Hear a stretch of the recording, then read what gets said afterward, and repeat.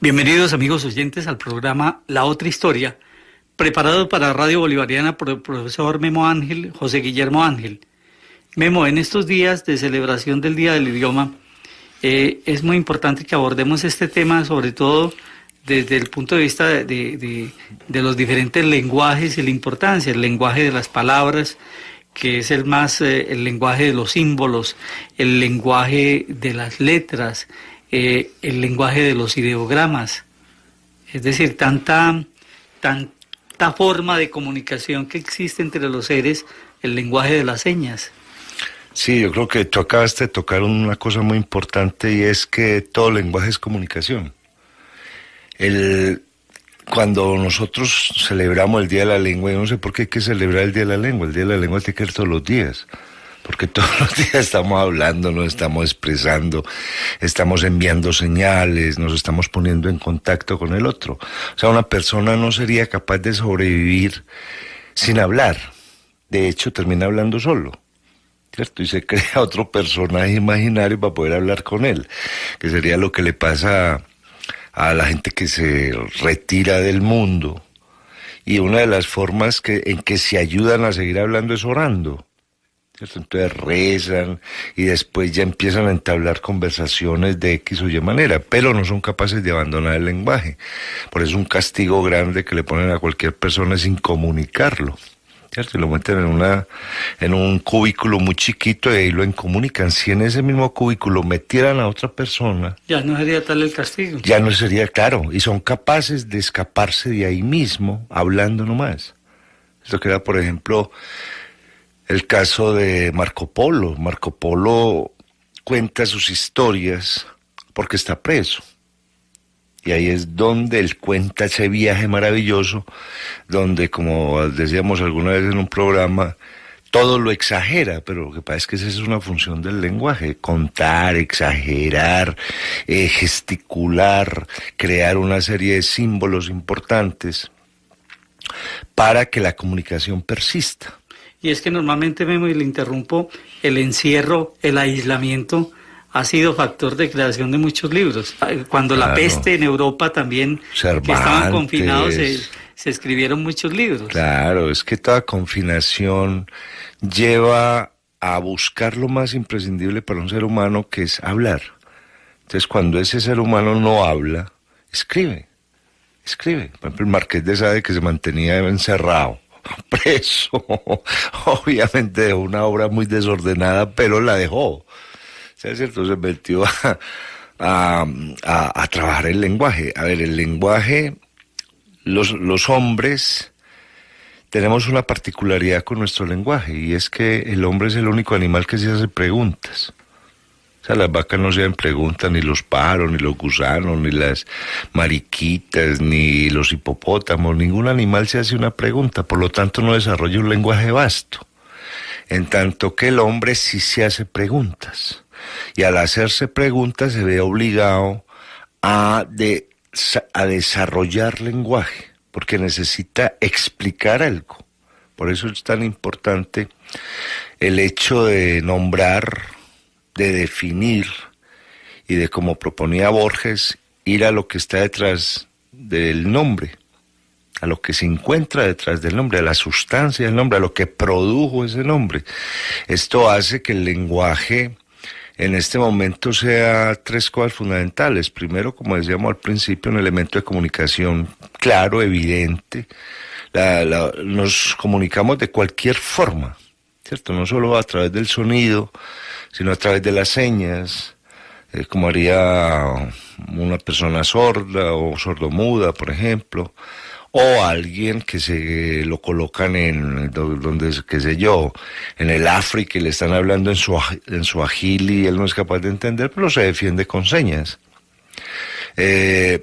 Nos vamos a comunicar con símbolos. Indiscutiblemente la comunicación simbólica es cada vez más grande. El lenguaje simbólico es un lenguaje que prácticamente nos define la vida moderna. Nosotros no entenderíamos una ciudad, no entenderíamos la tecnología que manejamos, no entenderíamos parte de lo que es el modernismo si no hubieran los símbolos necesarios para llevar a cabo ese entendimiento.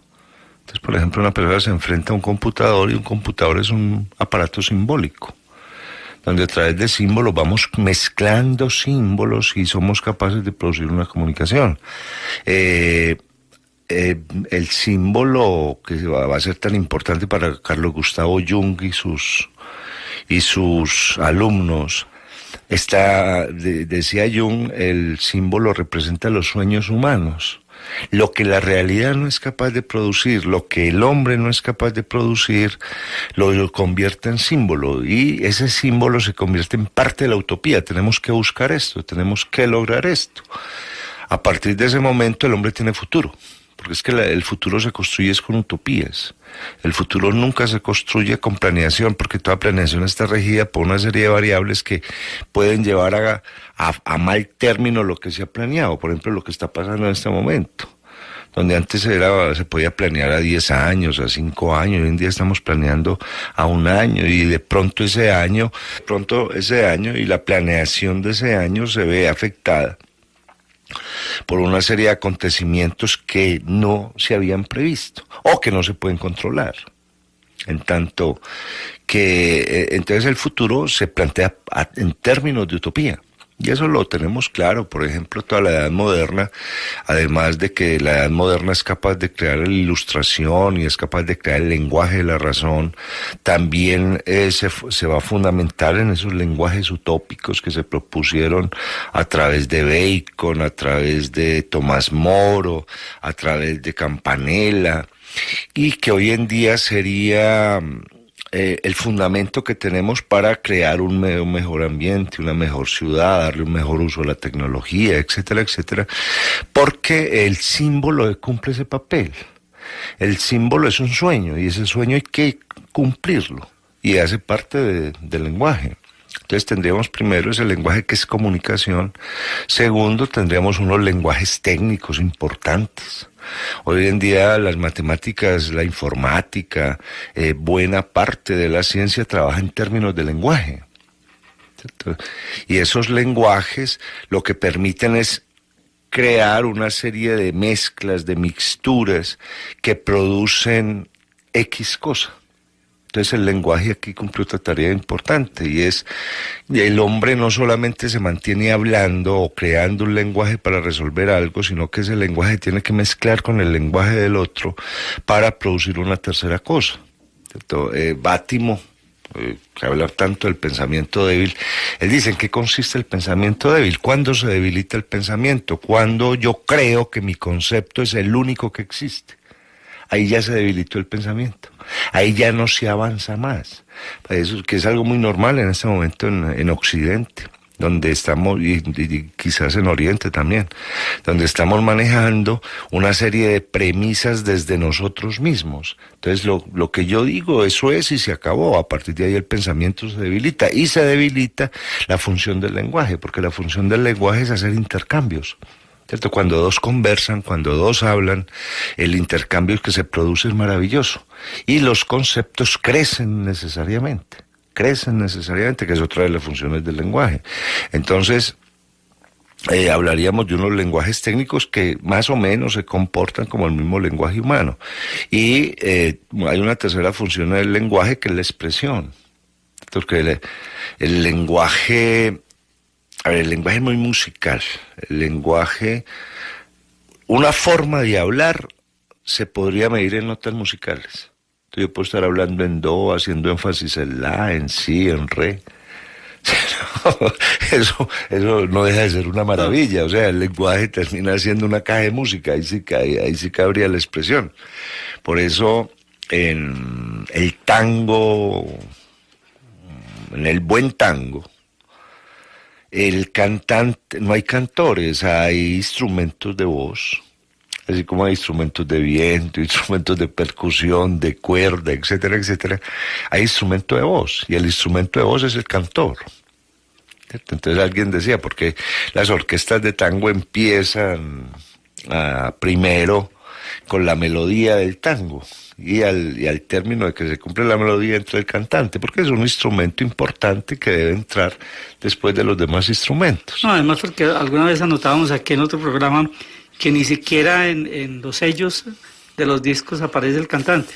Es decir, ya eso es últimamente, sí, claro. Pero en los años 40, digamos, la importancia la tenía la orquesta, el cantante era la ahí, orquesta, sí. No figuraba. Claro, excepción hecha de Gardel y de algunos otros cantores, eran muy poquitos, ¿cierto? Porque eran instrumentales, eran instrumentos.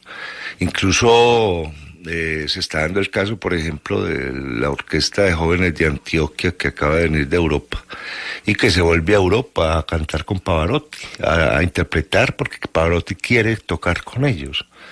O sea, como Pavarotti es un hombre que se define como un gran instrumento, ¿cierto? Y que necesita de una armonía con otros instrumentos, y le pareció que estos muchachos de aquí lo hacen muy bien, tremendamente bien, y va a tocar con ellos, ¿cierto? A tocar, no a cantar. Es una cosa muy bella. Entonces el lenguaje, sí, el lenguaje también tiene pues esa sonoridad interesante que nos lleva a hacer muchas cosas con él, porque el lenguaje, como anotabas tú al principio, el lenguaje es una suma de acontecimientos. O sea, no solamente la palabra, no solamente el sonido, también está la voz, el tono de la voz, eso también hace parte del lenguaje. O sea, uno no sería capaz de hablar completamente plano, como lo haría un robot. Por eso uno el tono del robot lo aburre tanto. Buenos días, señor, O sea, entonces ese tipo de cosas pues no da, porque nosotros no somos monotonales, somos politonales. Y no es lo mismo ir a hablar un robot que un claro, italiano, por ejemplo. Sí, claro, un italiano, un antioqueño, esos hablantinosos, como dicen por ahí, que son unas cajitas de música, entonces no es lo mismo. Además el lenguaje se acompaña de gestos. Esto que es una de las discusiones que hay ahora sobre los lenguajes informáticos, el lenguaje a través de la informática, a través de los sistemas, donde yo sí puedo chatear con alguien, puedo comunicarme con alguien, pero se pierde una cosa muy importante, que es la comunicación no verbal. Esa comunicación que realmente lleva a que el mensaje sea mejor entendido. Por ejemplo, hay gente que es muy simpática, y esa simpatía viene más de los gestos que de las palabras que dice. Entonces, que es interesante. El gesto pues va a ser tan importante que es capaz de carecer de palabras, como sucede en el caso de los mimos. Pero Memo, además el gesto puede inclusive eliminar el significado exacto de una palabra. Ah, sí, claro. Por ejemplo, usted le pregunta a alguien, hombre, ¿vos fumás? Y él dice, siempre. Esa palabra, si la acompaña con un gesto de siempre, es decir, más o menos, está indicando otra cosa contraria a la acepción primera de la palabra siempre. O lo que sucede mucho por ejemplo, cuando la situación está muy grave, que nos enseñamos a la palabra no. Entonces, ¿vas a ir a tal parte? Hombre, no, sí, claro que sí. Entonces se reacciona inmediatamente. Sí, es muy interesante los gestos. De hecho, el gesto es el que le ha dado la forma a la palabra, realmente, porque las palabras nacieron de leer formas. ¿Cierto? Entonces, si nos ponemos a pensar en Adán, en el supuesto de que Adán hubiera existido, Adán pues tiene una garantía, es que está con Eva, o sea, tiene con quién hablar, ¿cierto? A partir de ahí, él empieza a crear palabras, y esas palabras se las tiene que explicar a Eva, pero entonces como Adán no tiene ningún diccionario ni cosas por el estilo, en buena medida esas palabras hay que explicarlas hay que definirlas a través de gestos, a través de movimientos de la mano. De ahí la importancia de tener a otro enfrente para estar hablando con él, porque ahí sí el lenguaje se potencializa en su totalidad, porque no solamente van a haber palabras, sino la gesticulación, ¿cierto? Mucha gente que nos oye hablar a nosotros aquí en el programa dirá, ¿y cómo gesticulan? ¿O qué harán? ¿Cierto? Porque de todas maneras falta ese elemento que es la fuerza que nosotros somos capaces de producir con la gesticulación. Ahora, con los lenguajes se han creado, o con el lenguaje se ha creado toda una educación sentimental muy fuerte, tremendamente fuerte. El hombre es capaz de crear lenguajes máximos, como la poesía, por ejemplo. La buena poesía, obviamente, que se compone de palabras que crean cosas, que definen nuevos espacios. Esa es la importancia de un hombre como Cavafis, de un hombre como Fernando Pessoa, de un hombre como Juan Manuel Arango en Medellín, etcétera, etcétera, donde la palabra poética es la que muestra un nuevo mundo, la que crea un nuevo mundo. Esa es la importancia de Homero como poeta, ¿cierto? Porque Homero, a pesar de que cuenta una historia que venía en la tradición oral, porque él no se inventa esas historias, de todas maneras, Hesíodo las cuenta más o menos parecidas.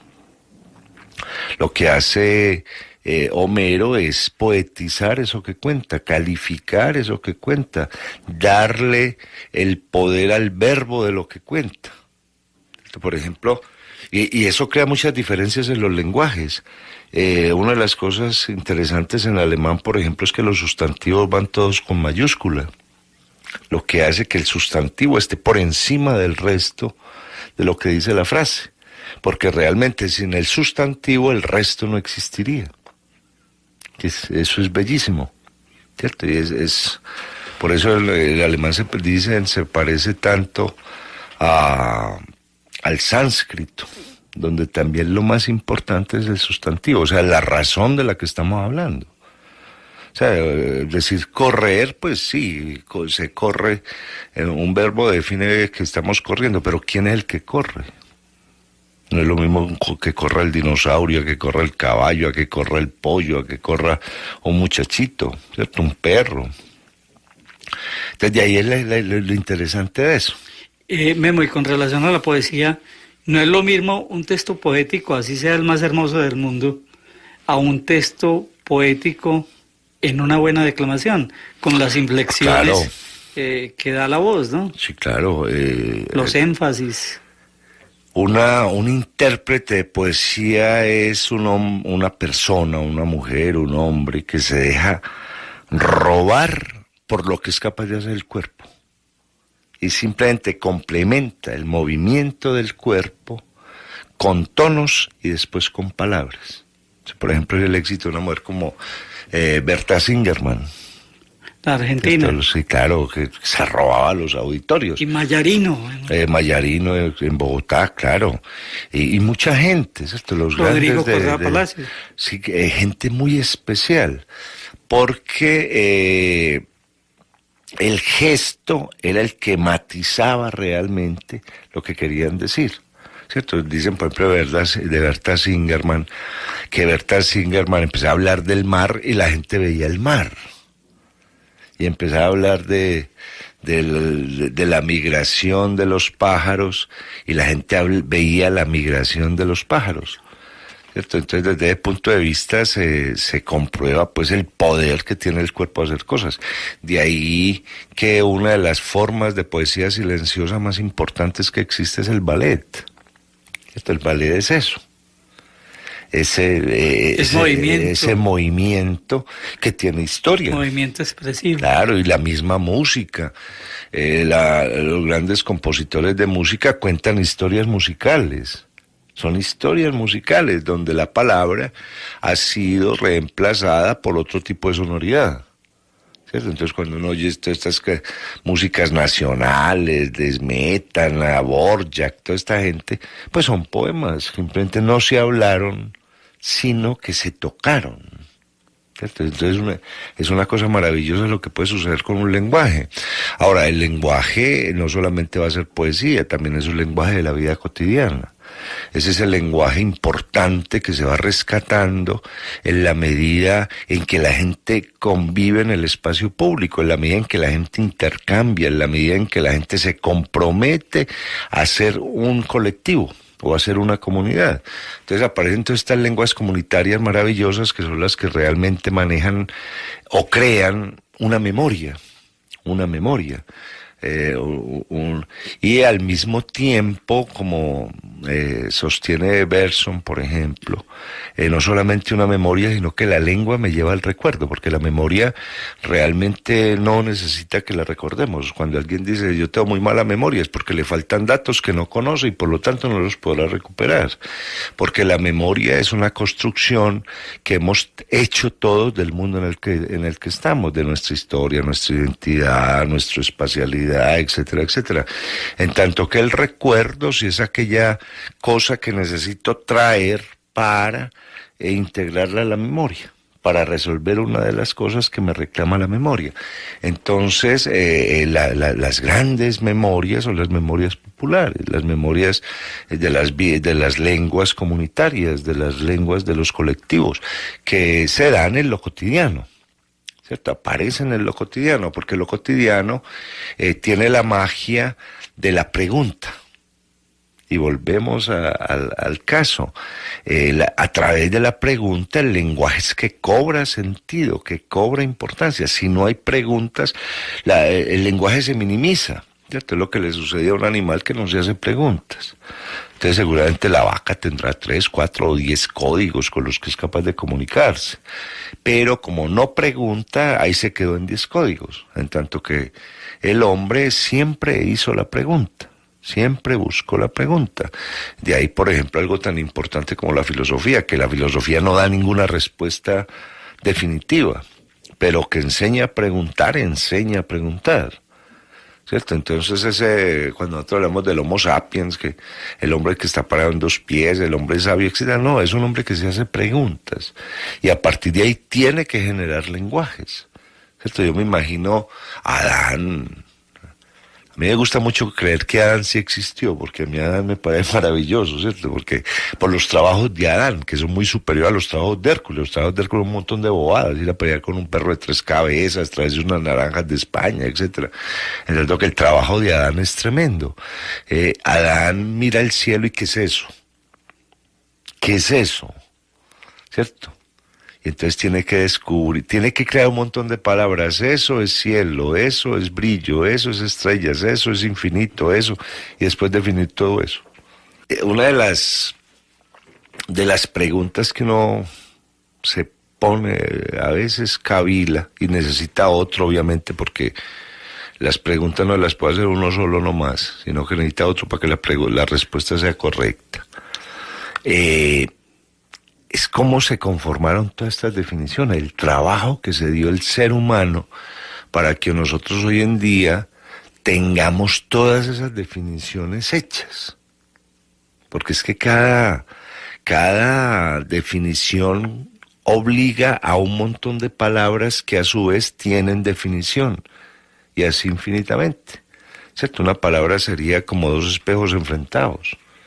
Eso prácticamente llevaría, si no al infinito, si a un espacio enorme, hasta volver a dar la vuelta. ¿Cierto? Entonces, a mí me maravilla eso, ver cuál es el trabajo que hizo el hombre para que yo hoy en día pueda pensar con definiciones. Por eso yo no admito a la gente que trata de hablar mal, o que desprecia el mundo de la palabra.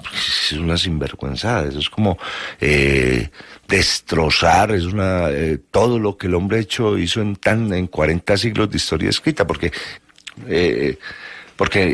hizo en 40 siglos de historia escrita, no solo por su trabajo, sino también lo que hubo anterior a esos 40 siglos. O sea, hombres pensando, hablando, tratando de definir. Entonces uno a veces encuentra gente que no quiere hablar bien, que se niega a pensar, que casi que entra en estado animal. Entonces, sí, porque el mundo está hecho por palabras. Aquí en muchos programas hemos dicho, Filón de Alejandría dijo, si existe la palabra, existe la cosa. Si no hay palabras, no hay cosas. O sea que el mundo es un compuesto de palabras. Cualquier cosa que el hombre intente lo remite a una palabra. Todo nuestro comportamiento, toda nuestra historia, toda nuestra identidad, nuestra emotividad nos lleva a una palabra. Y nos convocamos es a través de la palabra. Entonces, alguien dice, no, es que yo estudié, yo soy ingeniero, tal cosa. Sí, pero es que la ingeniería es una construcción de puras palabras, además tremendamente precisas, por ejemplo, para que no falle el ingenio que hace el ingeniero. Lo mismo pasa en el derecho, lo mismo pasa en la medicina, lo mismo pasa en la sociología, en cualquier actividad humana.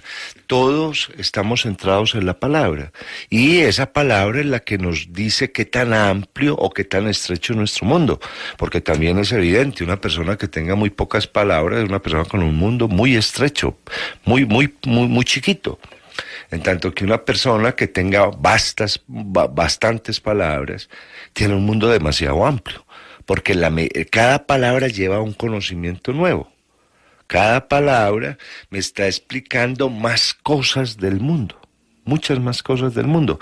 Por eso un discurso cualquiera, sea el hecho de escribir, de hablar, etcétera, debe buscar las palabras más sencillas, porque son las más fáciles de entender, y como son las más fáciles de entender, son las que me llevan a un mayor número de palabras.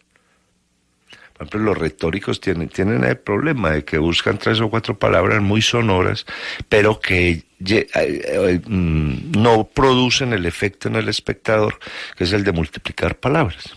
Cuando García Márquez escribió Señal de Soledad, yo me acuerdo, había un señor, un duque, un crítico, lo volvió pedazos por la sencillez de la escritura de García Márquez. Y realmente esa sencillez de la escritura de García Márquez solamente buscaba eso, multiplicar en el espectador un mayor número de palabras, porque nosotros en la cabeza no tenemos imágenes, nosotros tenemos palabras. ¿Cierto? Cuando dice, no, es que me estoy imaginando un barco que va por el mar, no sé qué, usted lo que está, esa imagen que supuestamente ve es una suma de palabras inmensa. De palabras inmensas, porque si yo le pregunto, bueno, ¿y cómo es el barco?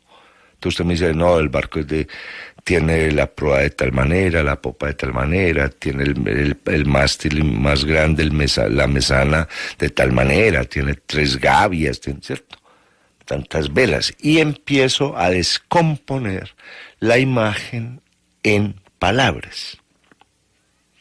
Entonces nosotros no guardamos más que palabras. Solo palabras. Y esas palabras son las que nos dan la certidumbre del mundo. Wittgenstein, por ejemplo, cuando habla del lenguaje, va a hablar de la certeza del lenguaje, a ver qué tan atinadas son las palabras que utilizamos para que el concepto que tengamos, para que la conciencia que seamos capaces de generar, no nos genere ninguna duda. O sea, el concepto debe ser preciso. Vemos, sobre eso hay unos convencionalismos mundiales que los asumimos con plena certeza de que esos son, de que eso es. Es decir, un símbolo, una señal, y uno sabe inequívocamente que es eso. Claro. Por ejemplo, unos cubiertos en Afganistán, en Rusia o en Colombia nos indican en una visita que cerca de un restaurante. Sí, las escaleras y la entrada al baño y donde lo atiende. Una flecha o donde lo atiende a uno la Cruz Roja. Una U. Claro. Esos símbolos han sido eso es lo que llama un ícono o un icono. Es la sumatoria de n número de palabras para llegar a la palabra más simple. Porque el lenguaje también tiene esa característica. El lenguaje más efectivo será aquel lenguaje que sea el más simple para explicar algo. Ahí se cumple lo que decía Picasso, parodiando lo que decía Picasso, que él se gastó toda su vida para llegar a pintar como un niño. ¿Cierto? Y esa es una función del lenguaje.